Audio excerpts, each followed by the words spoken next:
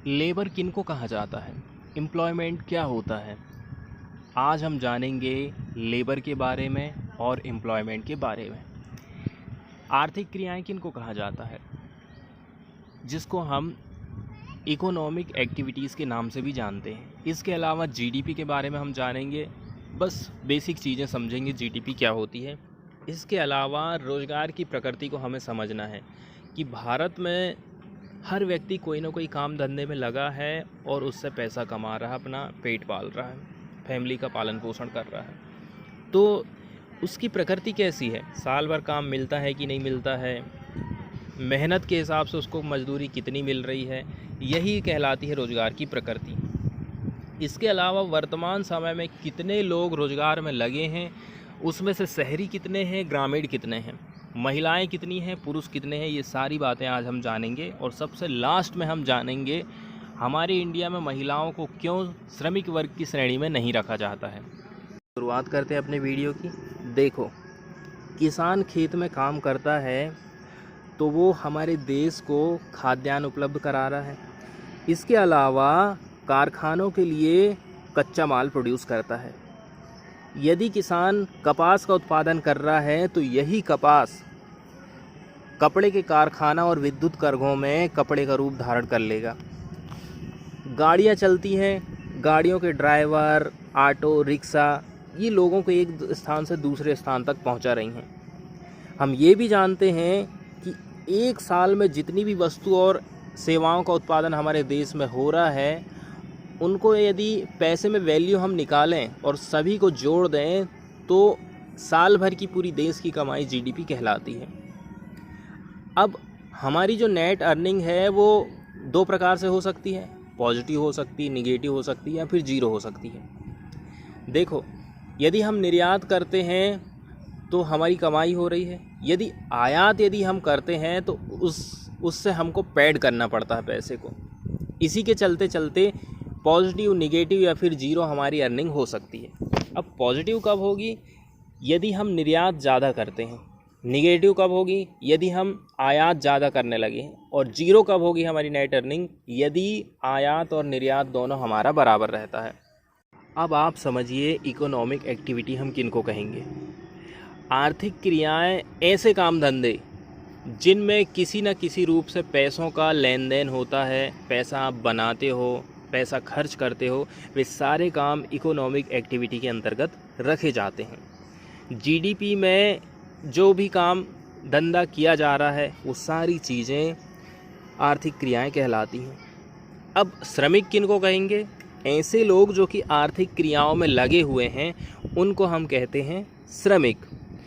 अब श्रमिक में हम किनको शामिल करेंगे, कितने भी हाई से हाई लेवल पर कोई व्यक्ति काम कर रहा है या फिर लो से लो लेवल पर काम करने वाला व्यक्ति श्रमिक कहलाएगा। अब यदि हम ये कह दें कि कुछ लोग बीमार हो गए हैं, जख्म होने, शारीरिक कष्ट हो गया है, ख़राब मौसम है, त्यौहार है, सामाजिक काम है, या फिर धार्मिक उत्सवों के कारण टेम्परेरी रूप से काम में नहीं आ रहे हैं, लेकिन उनको भी हम श्रमिक ही कहेंगे। ऐसा नहीं है कि उनको हम श्रमिक की श्रेणी से बाहर रख देते हैं। अब यदि कोई व्यक्ति मुख्य श्रमिक की हेल्प कर रहा है तो वो व्यक्ति भी श्रमिक ही कहलाएगा। आमतौर पर हम तो ऐसा सोचते हैं कि जिन्हें काम के बदले कंपनी के मालिक यदि भुगतान करता है उनको ही हम श्रमिक कहेंगे। ऐसा नहीं है, जो व्यक्ति स्वनियोजित है ना, वे भी श्रमिक की ही कैटेगरी में आते हैं। अब आप जान लीजिए भारत में रोज़गार की प्रकृति कैसी है। हमारे यहाँ रोज़गार की प्रकृति बहुमुखी है। कई लोगों को तो साल भर काम मिल जा रहा है और कुछ लोग साल में कुछ महीना ही रोज़गार पा लेते हैं। अधिकांश मज़दूरों को अपने काम के बदले में उचित मजदूरी नहीं मिल पाती है।